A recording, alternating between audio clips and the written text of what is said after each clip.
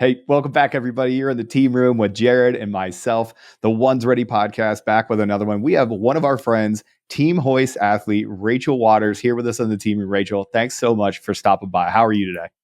I'm doing great. Thanks for having me. Oh, man, we are super duper excited about this. We were talking before we hit record. You are an amazing athlete that we've been following on Instagram for quite a while. When, we realized that we were both Team Hoist, we reached out to our friends over there. We're like, listen, we got to get Rachel on. She's fantastic. So pro obstacle course racer, you're obviously a fitness enthusiast and athlete at the professional level for however high, of the mountain that is in today's world, because there are some extremely strong chicks out there, but your name is really high up in that very, very strong chick realm. And that's awesome. That's why we want to have you on. But for all of our listeners, kind of just give us a background of who you are and how you came to be the strength athlete and the athlete that you are today. Yeah, I mean, I'll try to make it a short story. I guess nothing ever is. But I like to I like that question actually, because I like to tell people that I didn't grow up playing sports. I didn't come from a sports family.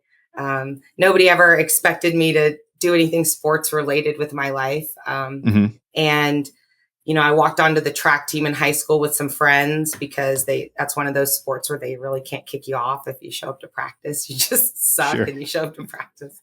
And so I sucked and I just kind of started running and kept with it, and then kept a relationship with running into adulthood. It actually developed into, this is another can of worms, but like a more unhealthy, my relationship with exercise has changed, but, it turned into something a little more unhealthy in my 20s, running more just to try to look a certain way. But running was, I guess, more as a punishment, but I stayed as a casual runner. And then one day I was running a half marathon and someone said, "Have you tried a Spartan race?" And I was like, "No." They're like, "Well, there's one next month." And I was like, okay, all right, it's 5 miles. I can do that, Sure. Yeah. And it was right at a time I had gone through a breakup. So it was like kind of like what I needed at that moment, right? This like thing to scare me and look forward to. So I showed up, Yeah. I went, didn't even really know what I was getting myself into. And it was so hard.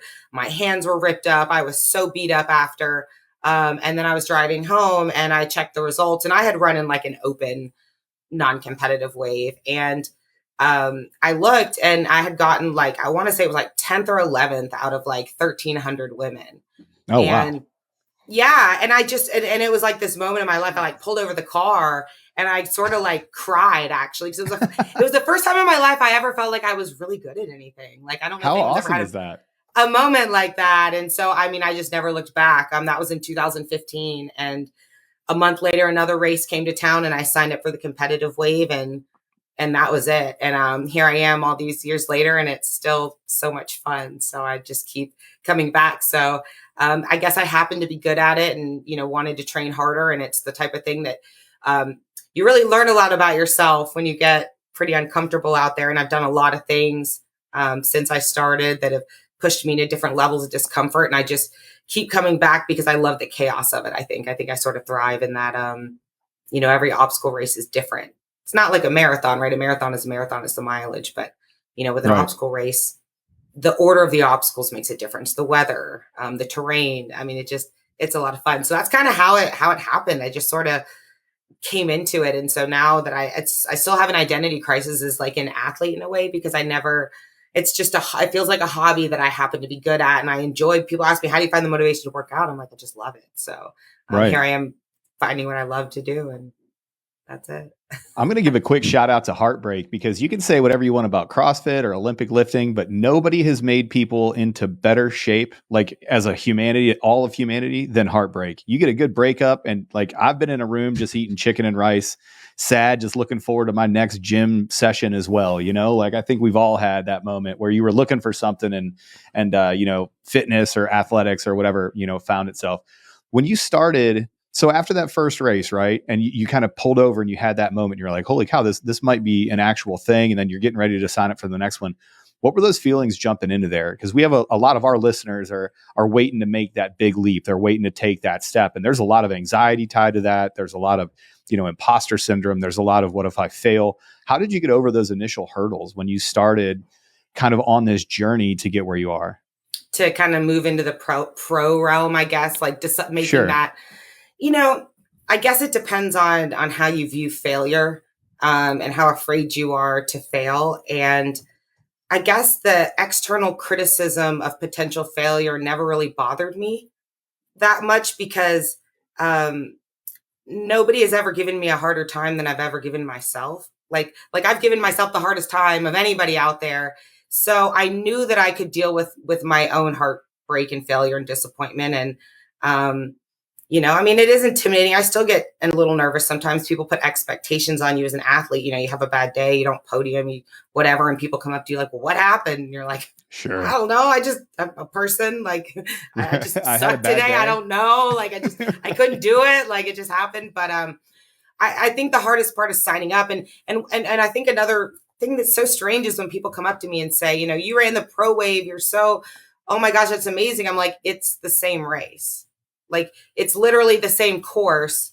If you run in the pro competitive wave versus an open non-competitive, do it for fun, do it as, even if it's competitive for you and you're not, in the pro qualifications, it's the same physical thing. And so I tell people I'm not doing anything different. It's just, you've got to be willing to give up your ego, So what if you're last place, you don't win? I mean, I guess it didn't really, I didn't want people in my way in the open wave. I just had to sign up in the pro wave. It's like, if I want to Sure. run as fast as I want to run, like they got to get out of my way. I better run pro. And so it just pushes you, and you put yourself in this group with these fast women, and it's going to demand more of you than if you just go out and race yourself too. So Did you have anybody in that group of fast women that you were looking up to? Like you had a role model where you're like, oh my goodness. Like, especially when we started out, we have our role models that we looked up to. And of course, young kids have athletes that they look up to, but in this world of kind of like pro obstacle course racing, it's very niche. But did you have a big name that you looked at and you're like, oh man, I just hope that I want to be her? there were a couple, like when I started, I would say Amelia Boone was an original obstacle course racer, and Corinna Coffin. And, I was watching them. As it's grown, Lindsay Webster's the probably top name in our world. One of my friends, Chris in Texas, is quickly stepping up. So I had, I had some role models, but I've always also been kind of a personal, an individual that kind of keeps to myself. So I try not to put too much emphasis on them, but absolutely, I've had girls that I like looked up to and admired and was a little starstruck by as athletes, for sure. Did you ever actually get to meet them and talk to them as you were in that space and you became a bigger name? Did you get to meet your idols? They always tell you never meet your idols, right? Well, no, but what was actually interesting is I got to go and a head-to-head competition in a final elimination with one of them last year. Oh, wow. And I beat her, and that was like another moment for me in my life. No big deal. Too, yeah. I mean, and that's like when you ask that, because I mean, it's like everybody has that, like, and that for me was like another moment in my life where I'll never forget how I felt like when you do something like that, because it's not like we're not like fighters. We don't like call out other athletes, like we don't do that, so it's not like anything. And she's an incredible person, and I got to meet her, and it's, nothing. It's never fun to beat people, right? Because somebody loses. But for me, that was like a moment of validation, I guess, like personal validation on mine. But yeah, but no, I didn't. Yeah, I haven't met Amelia Boone. Are there is there a large pool of athletes like yourself? I mean, yes and no. There's thousands. I mean, there's millions of people doing Spartan races, but in the pool, sometimes like some of our races, I'll be racing 10 people. Sometimes I'm racing 70 people. Yes, there's a lot of overlap. So we get a lot of CrossFit athletes. There's this new hybrid type of fitness. I don't know if you guys have heard of High Rocks and Deca Fit. They're kind of like CrossFit with running. So there are, and it's getting bigger and more competitive. I've seen the sport grow so much since I started. I mean, the obstacles they're building are so much more difficult. They're demanding more of the athletes. It is growing, but it's still sort of a small sport. But when you start putting prize money out, people start. Oh yeah, that changes things when you start having a purse at the end of it, for sure. So can you define just for us, like, do you consider yourself more of a hybrid athlete or a professional obstacle course You know, like, I mean, I guess I I would don't have to even know, say like, where do you obstacle. categorize your I guess I would have to say obstacle course racing because that's been, I guess, more of my sport that I've excelled at. But there is this like other part of like this hybrid racing that has sort of come off of obstacle racing, and it's really growing. And I've actually been interested in that because I've been in obstacle racing now for 6 or 7 years, and so I have actually been looking more at not CrossFit per se, because CrossFit's a really technical sport, but more of the hybrid. But I would, if I had to pick one, I'd say my primary sport's obstacle course racing. But I like to do anything. I mean, I do CrossFit type competitions, trail running, anything that sucks. Basically, I'm like, let's do it. If I could do it, like it sucks, I want to do it. and rewards at the end too, you know, like pizza rucks, you know, I mean, Yeah. that's a Oh thing too yeah. up there. Like, And the community and meeting people, and like getting to talk to people. It's I just like to, I can't sit still, so I'm always just trying to work out, I guess. yeah, guilty. I am also a busybody. What are you drinking there? What do you got? Oh, I'm drinking a Hoist. Just Oh, a little Hoist. oh, Don't you worry man. about that. Don't you worry about that. Just Do you guys like slide over. Hoist? Oh, Pretty good. it's in here right now. Yeah, slide over to drinkhoist.com and I'm going to put your code out. So go over and use code Rachel10 if you want to get a sweet discount off of some Hoist. So Ivy level hydration for us, we like it in the DoD because And that's actually Hoist is like the mortar that brought us together. It is. Yep. Yeah. We're drink Hoist Yeah. athletes together. Yeah, they brought us together. I had to use that opportunity. I saw it and I was like, may as well. Right. I mean, 10 minutes in, 11 minutes in, go right into it. It's right in there. Rachel, you said something earlier about, and Aaron, you kind of alluded to it as well, talking about breakups and fitness and how a lot of that ties together. Like, so have you kind of always used fitness as kind of a therapy? Because I know, like, that's a big thing, right? Is, whether it is breakups, whether it's depression, anxiety, trouble sleeping and stuff like that. Like, that is the one thing that I've noticed throughout, my time, is that fitness can help with so much of that. It may not solve the problem, but is that kind of how you used it and how you see it? Yeah, and I would think, and I think that to get to a certain level of training, whatever your sport is, or even like let's even take it outside of sports and say, people that over dedicate, they're obsessed with their work, or they're obsessed with hunting, or they're obsessed with remodeling a car or redoing their house, or whatever it is that you're passionate and obsessed about, right? And you take it to the extreme.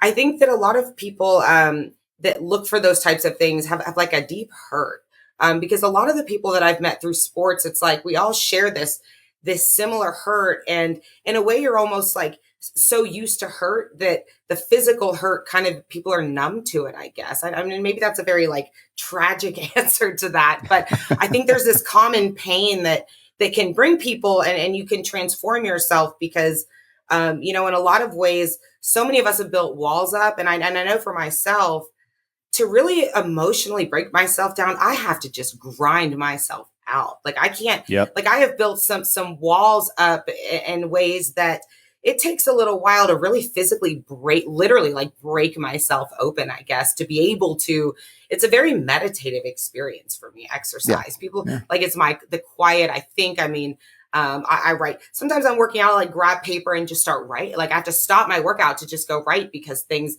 come. So, maybe it's some stubbornness in there, but I think that like this using this darkness, you can kind of like use it to fuel like that light of this energy, I guess. I mean, I don't know if that answers it, but no, it does, because there are, I don't run with a phone or anything like that, but almost every time I go for a run, like I'm sure I've had some very, I'm sure I'd be a millionaire with some of the ideas that I've thought of, while I'm going out running. But by the time I get back, if I don't actively go, remember this, I will forget it. But it's clarity, Yeah.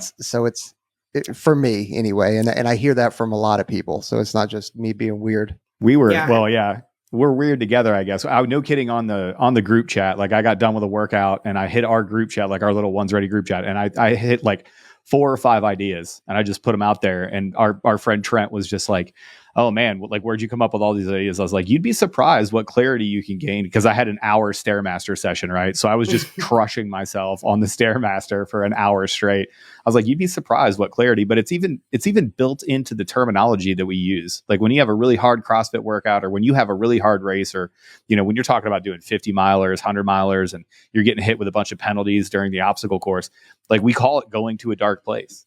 We literally say, like, you sit in your pain cave and you're just trying to grind through it, and you're being very, very physically present. You know, you can't be anywhere else other than in that moment. So, you know, it's a great way to think about it, because, you know, you literally go into that dark place, you go into that pain cave, and the whole point is to accomplish and gain some clarity on the way out and be a better person afterwards, after breaking yourself down. So you explained that perfectly.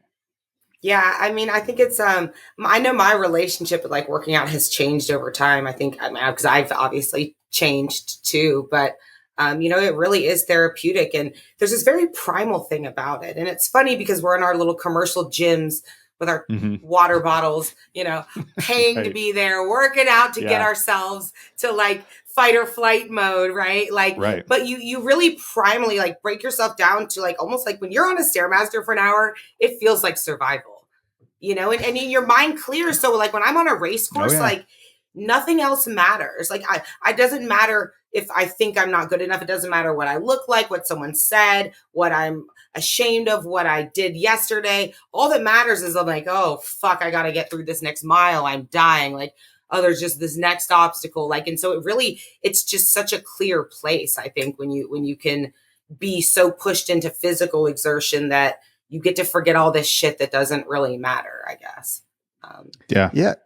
And you said it earlier that you learned a lot about yourself in some of those dark places. And I think that's common with all of us is you definitely, your mind will take some paths that it normally would not take when you are, you know, you said it, in that fight or flight mode. And it's interesting whether that's healthy or not. I don't know. I tend to say it is healthy. I think I'm doing okay.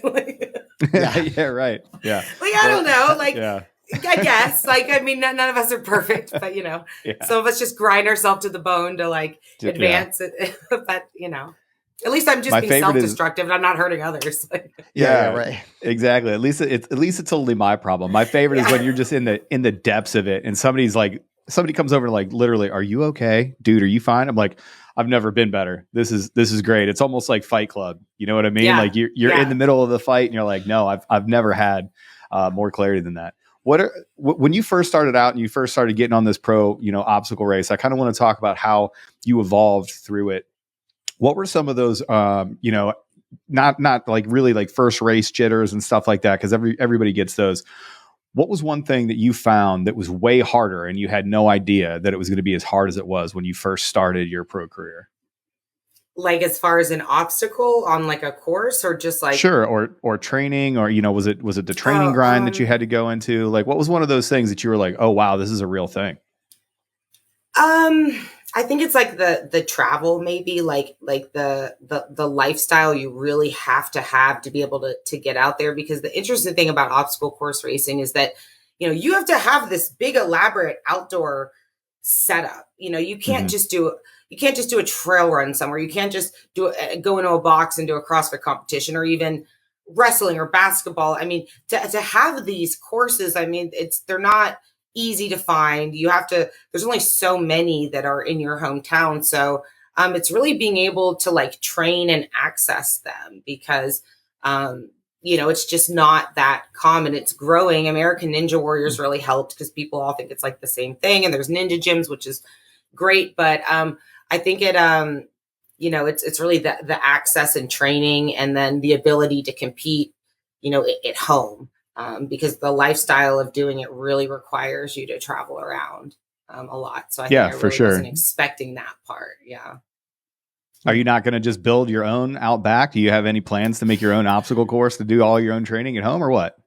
No, I don't have like the space now. And I actually like the chaos of, like, I don't do obstacles unless I'm in a race, and I sort of like the chaos of it, if that makes sense. Like, of course, it'd be fun if I could just have my own course and like run around in it in my backyard, but it's not a priority to me, I guess, because I love just like shit. Like, I don't ever even look at the course maps, before I You go. just going completely blind to it?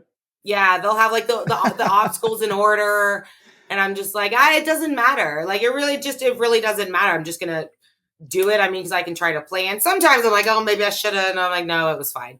But I just love I think the chaos of it. So for me, I think I like having it as this like special thing that I have to travel to, and it's really only there that I can have experience. But I would say that the access does make it hard as a sport in general, because, again, to do them, it's this big elaborate setup for miles of course. Sure. And it's just not as easy to do. So. Do you think that your love of chaos gives you an advantage over other people, where the world is falling down around you, but you're just there for it? Yeah, it does, I think. Was that something you always had, or is it something you developed as you got into the sport? Unfortunately, I grew up in a very like chaotic, not safe feeling home. So from a really young age, I internalized and learned how to survive in chaos. And I guess it almost felt normal to me. I didn't really have a choice. So I guess I grew up that way, in a family that way. And so I guess I can thrive in it. And so I actually like the chaos. I see it. I'm really not the fastest. I'm not, the strongest. There's a lot of women out there that, athletically in measurements can probably outdo me. But I just, my mind, like, I can just hang in there when people start to freak out, I guess. And sometimes that's what it really makes the difference, not necessarily your speed, but if the temperature drops and you're all wet in a lake and you have to get out and it's 30 degrees and, you're soaking wet and you're cold, you can really change your mind about how you feel, regardless of, how cold you might think you are. Like, it's shocking how much you can really like mentally stay warm. Right. Like, but yeah, I guess unfortunately I grew up in it, but fortunately I grew up in it because it enabled me from a young age to sort of develop those skills. Yeah.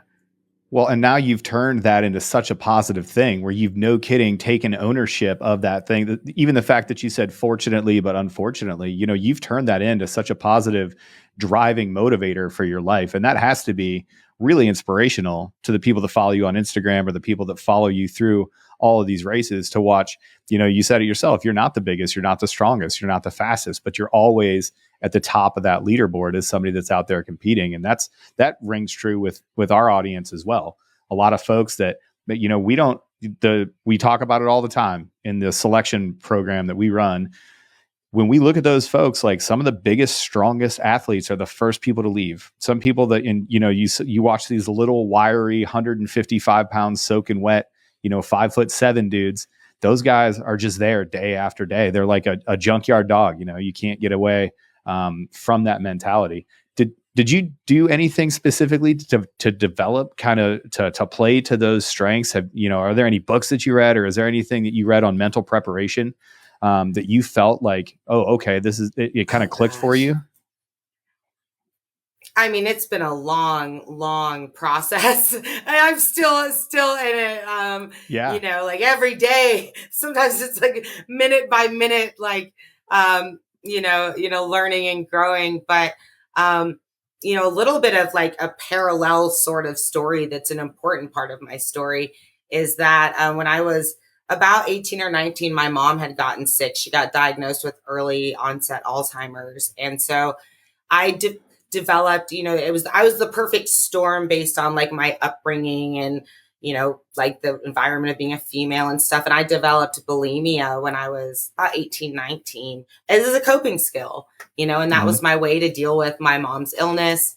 The things I never really developed, the things I wasn't able to develop yet. Right. And learning how to deal with my pain, anger, all this stuff from my childhood, I just sort of bottled it up. And that was my, I guess, addiction, if you want to call it that. If it wasn't that, I probably would have been an alcoholic or something else, And so that was sort of a parallel part of all of this. So my relationship with food, nutrition, exercise has changed dramatically, because when you pair an eating disorder with exercise, they usually are, part of each other, when that's your mindset.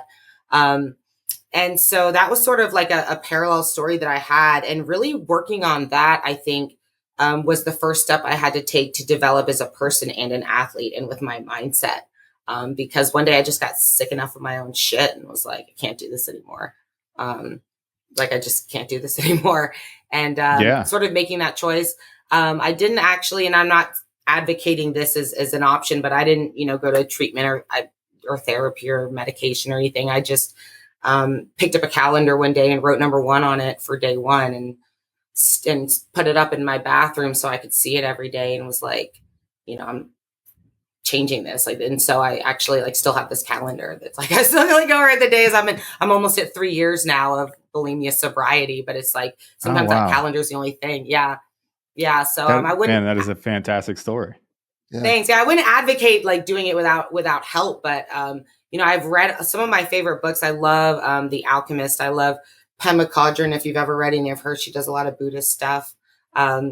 I love Chasing Excellence is a great book. I don't know if you guys, Ben Bergeron's written that one. Yeah, I love to read. He's fantastic. I just finished Way of the Peaceful Warrior. If you guys have read that, I just finished that one. My next book is Viktor Frankl's. A lot of stuff. I've used the Headspace app, but I think reading for me has been the biggest thing, because I've had to learn new ways. I've had to learn how brains work and learn from other people about, how to change habits and stuff. But a lot of reading, a lot of exercise, writing poetry, and just looking at a calendar and trying not to let myself down and go back to day 1 again, Well, and so much of it depends on you. The fact that you recognize this is my rock bottom, I have to be better, and you started it. We talk about victor versus victim mentality all the time on here. All the time we say it has to start with you. No amount of reaching out, for sure. No amount to reaching out to your friends, no amount of self-help books. It's not going to help until you decide to help yourself. And you're a case study. You have to take personal responsibility for, you can't always, I'm trying to learn how to pause when I feel an emotion and not react, that's the goal, but you can't always control your thoughts. You can't always control your emotions, but you get to take full responsibility for what you choose to say, how you choose to spend your time, how you choose to treat people. You make all of those choices. And it's a humbling thing, because you're like, well, shit, I'm in this because I chose this.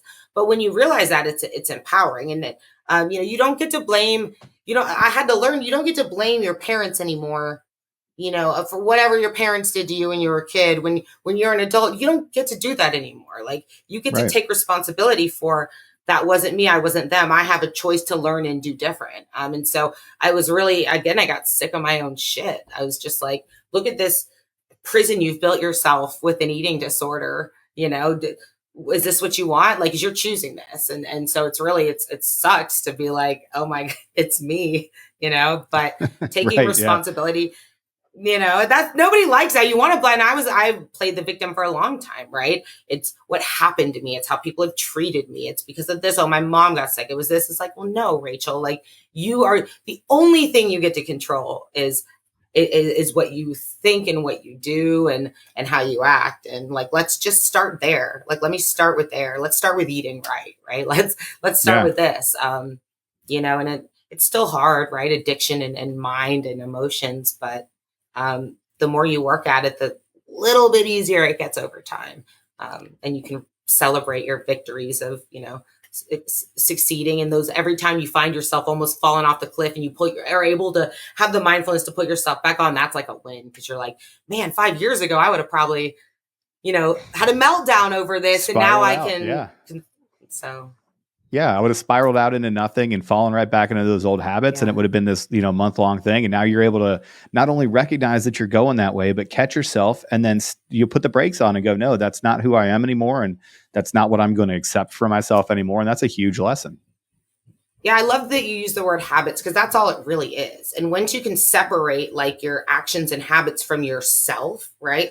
You aren't an alcoholic. You're just choosing alcohol as, a way to deal with your stress. And so when you can also identify that, it's like, well, wait a minute, you can also choose to be something else. You can choose to do something differently instead of this this identity of I'm a failure, I'm at this. It's like, well, no, wait a minute. It's just a bad habit, you know? So you learn a new habit, right? Like exercising yourself into oblivion. Right. Yeah. Absolutely. Just crushing yourself in the gym to teach yourself a lesson every single day. And I think I think we all have that part of us too, that we want to substitute those healthy habits, you know, for the unhealthy habits that we have. And of course you can go the wrong way. We all jokingly talk about just destroying ourselves, you know, in the gym or for fitness or whatever. But that's the bottom line is looking at yourself and going, wait a second, I'm going to put something healthy in place of this unhealthy thing. And if I could just do that, you know, a couple days in a row, you know, I joke with my friends all the time.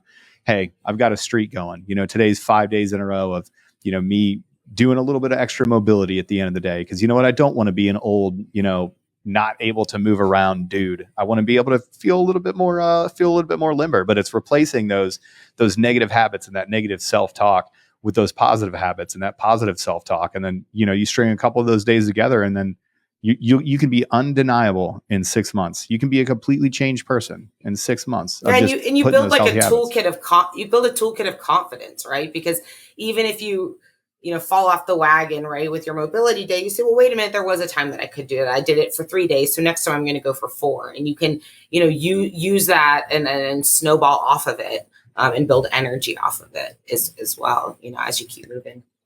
Mm-hmm. Yeah. It's kind of also at least, and I forget who I heard it from. So it's definitely not my idea, but where it's a way that your mind is telling you, like, okay, so I know Aaron, I don't know if you're still doing intermittent fasting. I think Aaron eats like once a day or something like that. Like I don't do that, but it's that whole, okay, do you need to eat? Like, does your mind actually have control of your body? Like when I go to pick up that ice cream or cheesecake, right? I struggle with that a lot, you know. We all do. Ice cream and cheesecake are delicious. That's why. Yeah, you know. But but I also have to go like, man, am I going to let this control me, or do I own my body? Do I own my decisions and stuff like that? Like, it's something that I struggle with, and I think everybody does. But anyway, more of a comment than a question. Yeah, but I don't know. Can you relate to that? I can. And I think that it also, you have to kind of have a why. And it doesn't mean you have to have, you're a pro athlete with this why of like competing or whatever. But for some people, a why could just be, you know, self-love. I know kind of weaving this in together, you know, one way I got sick of my own shit, right, was like, you know, I had been racing for a while and I've always been pretty good, but I took it to the next level a couple of years ago. Because like when you start taking care of your body and fueling it, it performs better. And like, you know, this when you have an eating disorder, but you don't care. Right. Like, and so, you know, part of that decision was I am so tired of getting 3rd and 4th and 5th at these races. I want to win them, but I'm standing in my own way because I can't be an athlete. I don't get both anymore. Rachel, you get to decide now, which one do you want more? Do you want to win a Spartan race, or do you want to live this horrible existence that you've built for yourself, you know, in the throes of like being a sick bulimic? And it was like, I had to make that decision. And so when my decision is, does this support obstacle course racing? And if the answer is no, it's not it for me. And I'm lucky to have found something I'm not passionate about. Right. But it's like, you know, people ask, oh, why don't you want to go out? Oh, why don't you eat this? You want to drink this? I'm like, you know, it's easy because when I know how it feels to win, that's all I care about. And so you really kind of have to find a why, I think, that can help you. If it's just because people tell me I'm supposed to look skinny, like that's not going to be a why. It's, you know, you got to have a real reason not to want to eat the cheesecake, right? It could be because I have kids that I want to stay alive and healthy to be able to see grow up or whatever. For me, it was, you know, I'm sick of this feeling of coming home in 4th place. Like, and, you know, I'm standing in my own way. So, you know, boy, there is some competitive spirit there.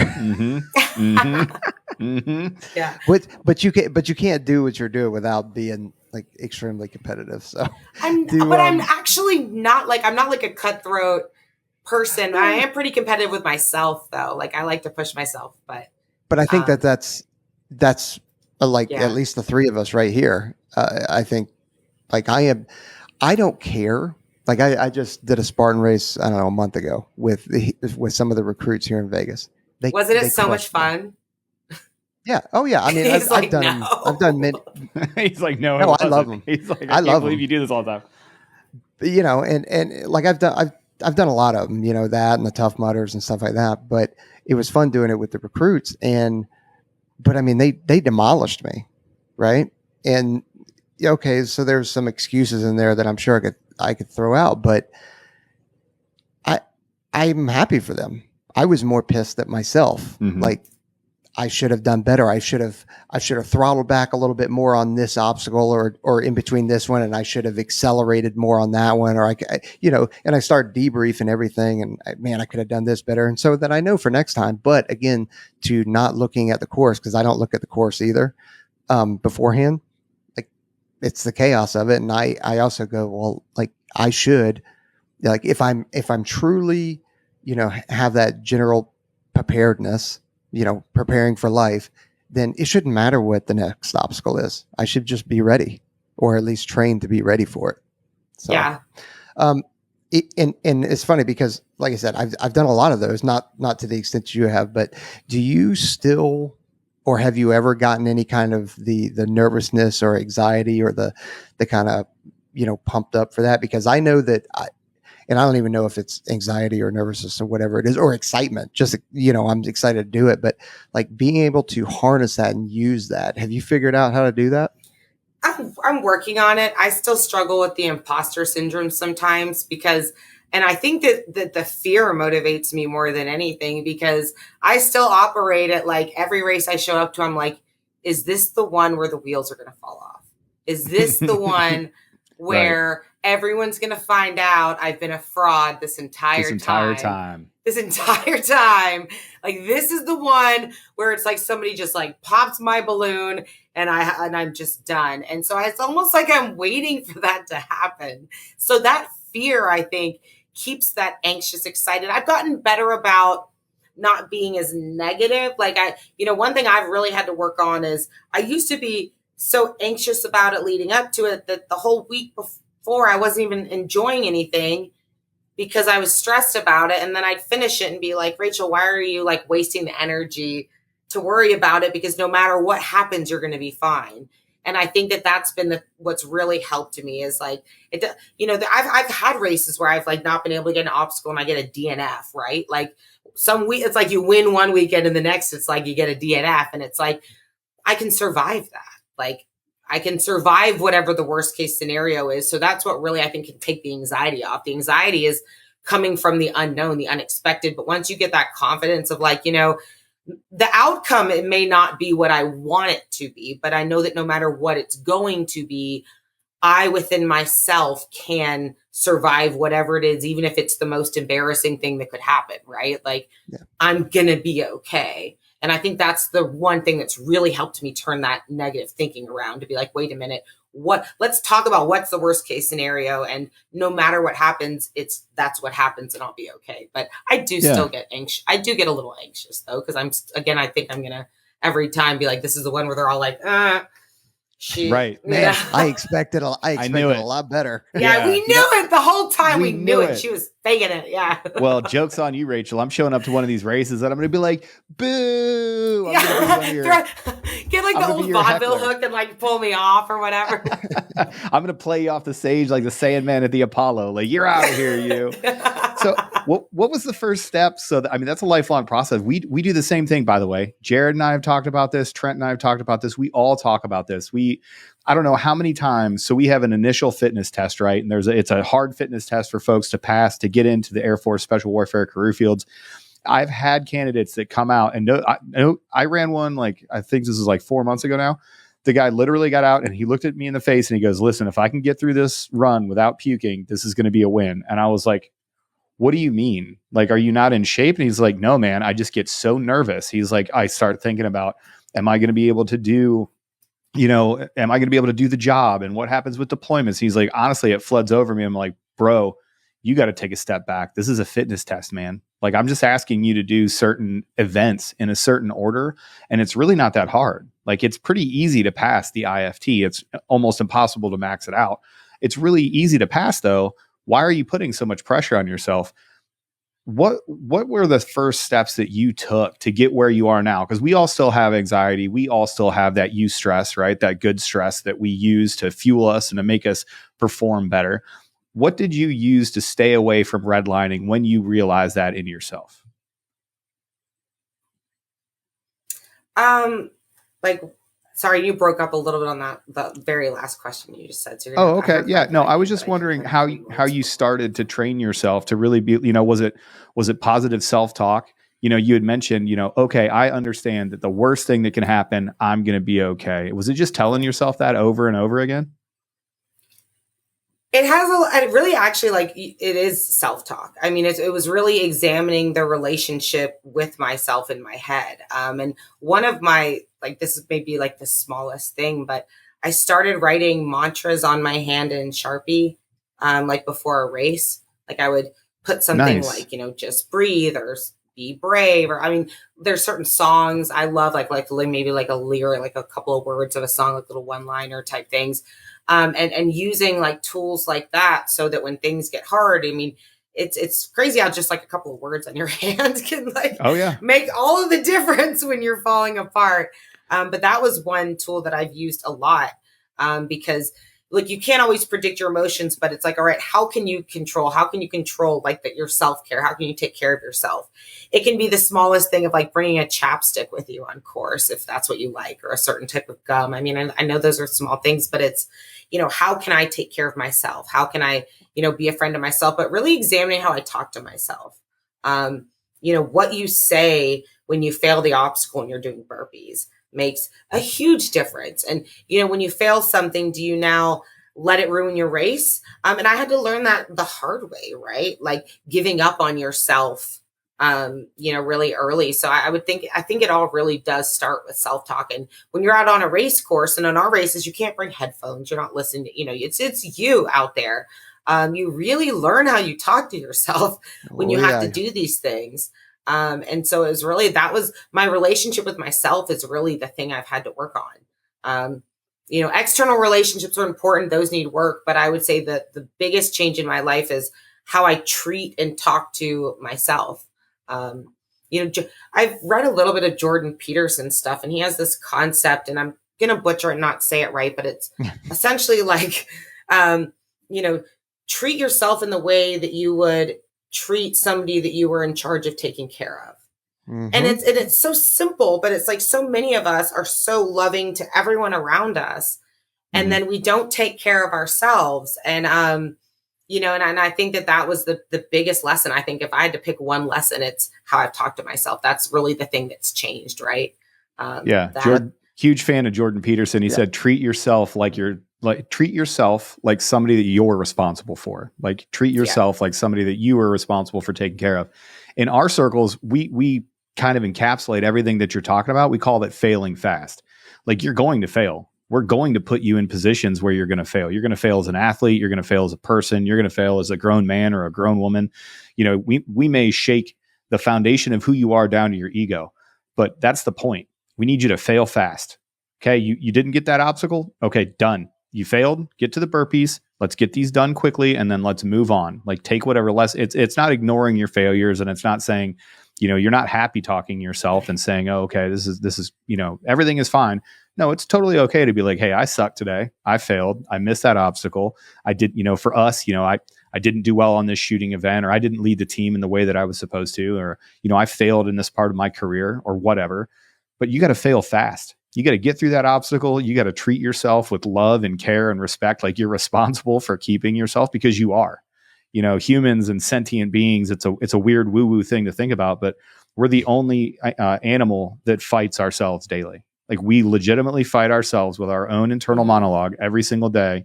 And we have to try to find a way to do that in a way that is nice, that is, loving, that helps us grow, as opposed to just getting absolutely crushed every single day.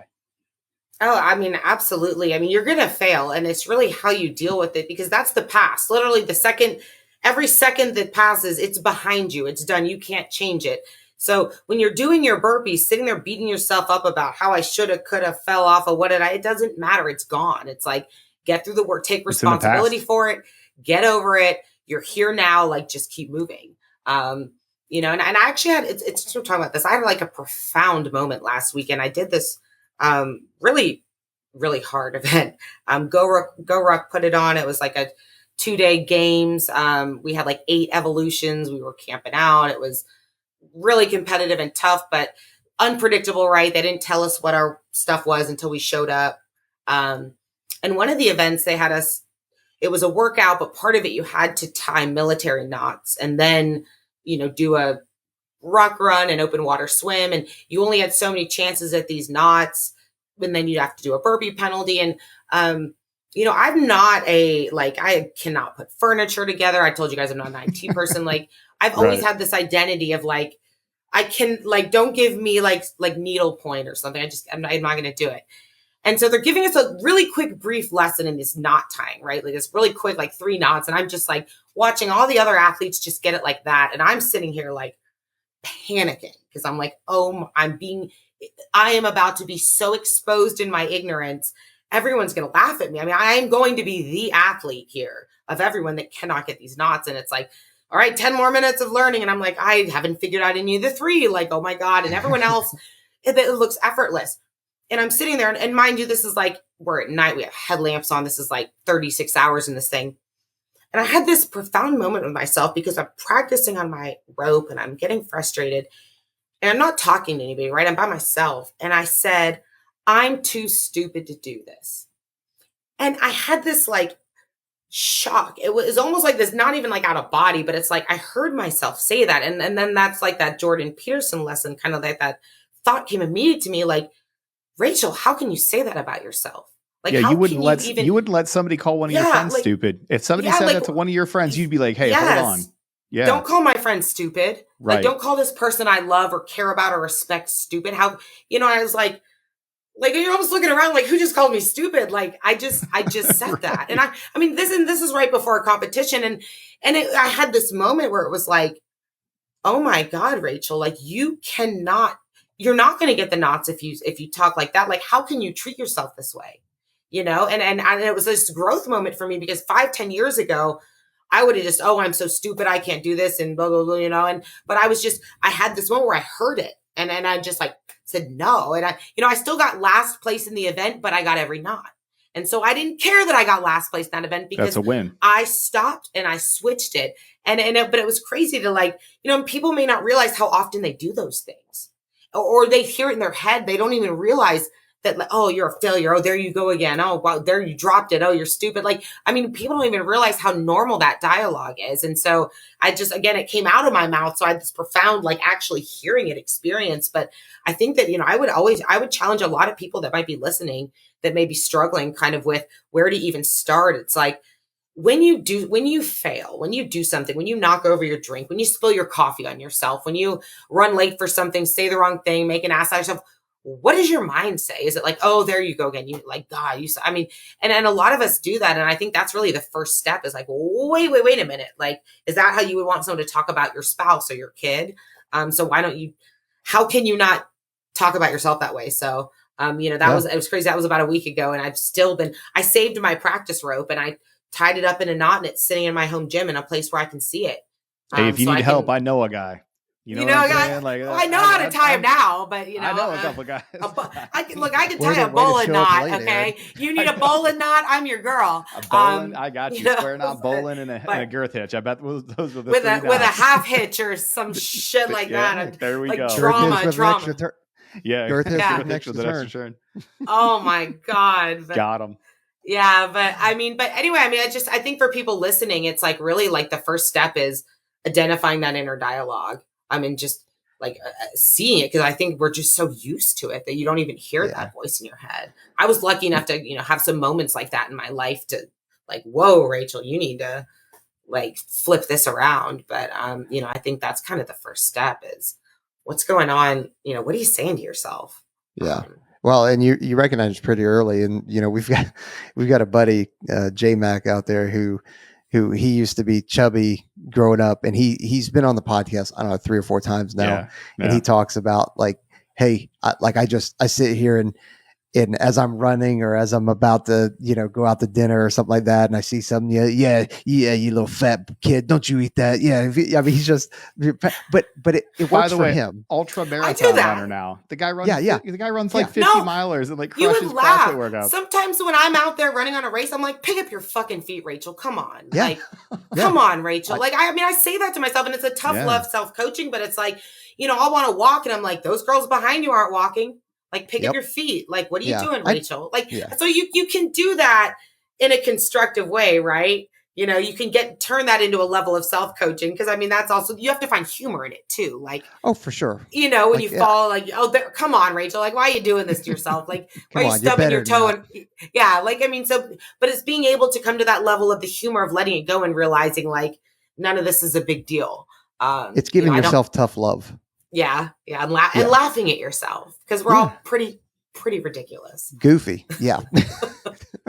No, the going back to your Jordan Peterson reference, and I can't remember who said it, but that's actually one of the things that we kind of think about whenever folks are coming to the Air Force and the military is there are parents, husbands, wives, sons and daughters that folks are essentially lending to the Air Force or lending to the Navy, the DoD and the military, to say, hey, this is the person that I care about, or these, because a lot of families, they're just military families. And I'm trusting you, DoD, to care for my family appropriately, and those members and those leadership roles to care and treat the people that I care about as your own. And I think that's important. And I think like when Jordan Peterson, like if you ever get a chance, by the way, if you get a chance to go see Jordan Peterson speak at one of his events, like I highly recommend it. It's fantastic. Okay. But and that might even actually be where I heard it from. But it's pretty amazing. And if you have that mindset going in when you start to talk to people and to talk to yourself, like it'll definitely change the language that is used for sure. Yeah, and kind of continuing it, like if you can't get your shit together with yourself, you really can't have a healthy relationship with anyone else either. And I know that's such a cliche thing, but it's like, how can you even show up as your best for anyone, even no matter how much you want to, right? If you can't even, get your own shit together.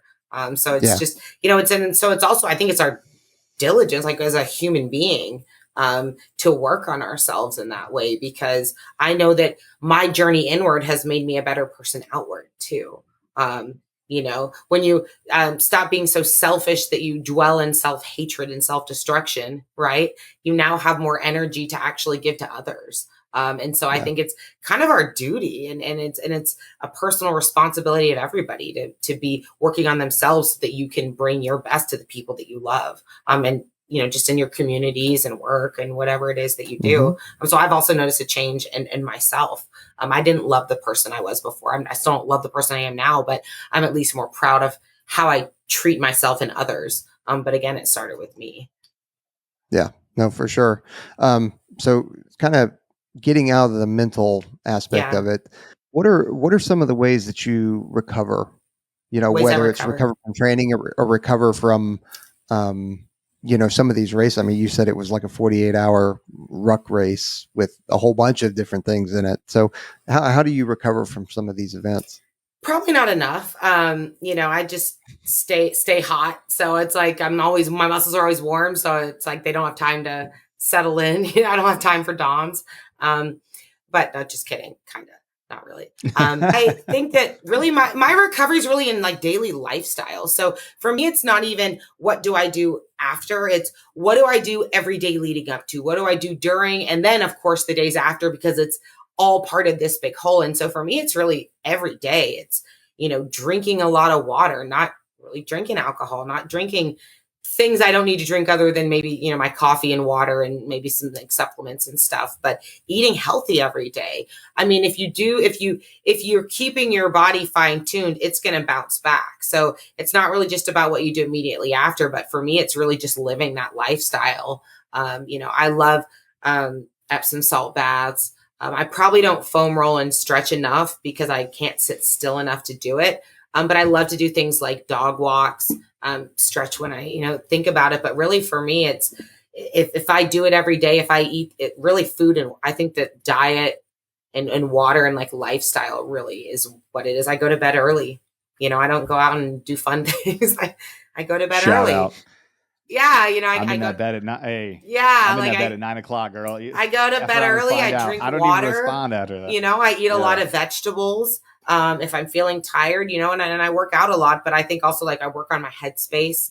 You know, but I do love like Epsom salt baths, and, you know, I take amino acids. But really I don't do anything wild and crazy. I'm too like, you know, I like to like do my own things. I'm too like cheap and lazy to go do all of that, like whatever it is that Right. people do to Right, recover. yeah, But cryo I just, and yeah. yeah, I'm pretty used to it now. I mean, I compete 25, 26 weekends a month. So, you know, Oh wow. yeah, and some of them are double day weekends. Some of them are like just a race on Saturday, but some are, you know, Spartans have 2 days. Sometimes they're like games events. So I'm just, my body now, I'm just used to, it's like, it's taken a while, but, you know, you just have to listen to yourself and I guess sleep, Yeah. eat, drink water, get fresh air, you know, just the, Sleep's an amazing thing. yeah. Yeah, crazy, right? Nothing, Fraser no said, magic, no magic, just yeah. choosing healthy every day the best I can, you know? Yeah, absolutely. Matt Fraser said that if they could put the benefits that you got from sleeping, like getting a good 8 hours of sleep, if they could put that into a pill, every sport would immediately make that pill illegal. Yeah. That's how important sleep is Yeah. to recovery and strength and stuff And like just that. sit, and even if you So can't sleep, sitting quietly, you know? Yeah. So what's up next for you? What's the big race on the horizon for you coming up, Rachel? Big race. Like last weekend was probably one of my like really big things. Let's see. I got a lot. The next 7 weekends in a row after this, I'll be traveling and competing at 6 of them. So I'm doing, Oh wow. yeah, Okay. I'm doing a Savage race next weekend in Charleston. Then I'll be in Nashville doing this like CrossFit type competition. Then I'll be in Maryland doing another Savage race.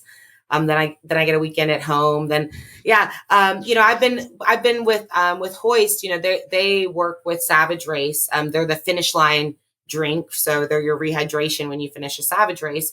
So I was lucky enough to partner with them this year at Savage Race, and so I manage their tent for them and get to hang out. So after I race in the morning, I get to hang out and meet people, and, you know, just it's like a dream come true. I get to like give them their drink and ask how the race was. So I'll be at, you know, 15 of those this year. But I guess one of my big goals, Go Ruck has a 50-mile world championship that's 50 miles with a 20-pound ruck in October. So I'd like to go do that. There's an obstacle course racing world championship in California that I'll probably hit up. But, you know, the good thing about doing it as frequently as I do is, you know, you don't really get your heart broken if one of them doesn't materialize. So, Right. you know, I guess it's just, my big thing is to just be able to keep doing what I'm doing, I guess, and continue forward. Outstanding. Well, if anybody wants to follow Rachel and make sure that you know exactly where she's going to be with these next 25 to 26 weekends a year where she's competing. If you have a question, you want to get into an obstacle race, you know, I think a lot of people get intimidated by it. Or, you know, I get a lot of people that want to ask about eating disorder recovery. I'm an open book about it, because what is our wisdom if, you know, we don't share it? Like the lessons that I learned don't matter unless I can help someone else with it. So I love it when people reach out to me. I try to answer messages, you know, I try to, you know, really, really connect with people. So you can hit me up, ask me questions. Yeah. So find Rachel over on Instagram at Rachel_fit_girl. You can find her link tree there. So you can find where she is partnered with Go Ruck and Invisible Force Aminos.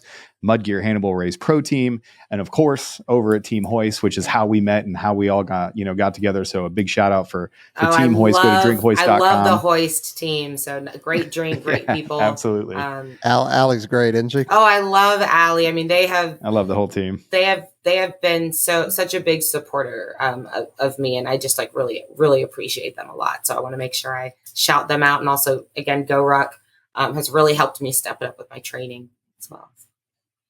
Awesome. Well, we always end with a piece of advice, right? So for anybody that wants to try to do anything impossible, and it doesn't necessarily have to be, we're not asking you to pretend that you're a special operator, but you do something that less than 1% of the population, I didn't do any math on this, I'm just guessing, there's not a lot of people that can do what you do. So for those people that may want to get into this thing, or that may, look to you for inspiration or motivation, what would be your advice to those folks that are trying to do something impossible? I'm sorry, you broke up. I know you asked. So like my one like piece of advice is really like, oh yep. God, that's just one. Like there's so much to say, Can I make it like a sentence with semicolons in it? Like that's, you could do whatever you want. Floor is yours. Yeah. I think it's, it's really go inward. Don't be afraid to go inward, because whatever you're going through, it has nothing to do with the outside world. I mean, once you go inward, work on yourself, go into those dark places and poke around in them, and don't be afraid to go there and work on them, because we go into this world alone, we go out of it alone. Your relationship with yourself is really the most important thing. Fantastic. Rachel Waters, thank you so much for coming on. Everybody, make sure to follow us over at One's Ready. Yeah, no worries. Make sure to follow us over at onesready.com. Check the website out for everything. We're going to put some of those books that you recommended on our reading list. We have a huge library that we try to help people out. Follow us on Instagram. Make sure to follow Rachel at Rachel_fit_girl, and make sure you're following up on everything that she's doing. Rachel, thanks again for coming on. We really appreciate your time. Everybody else, train hard. See you next time.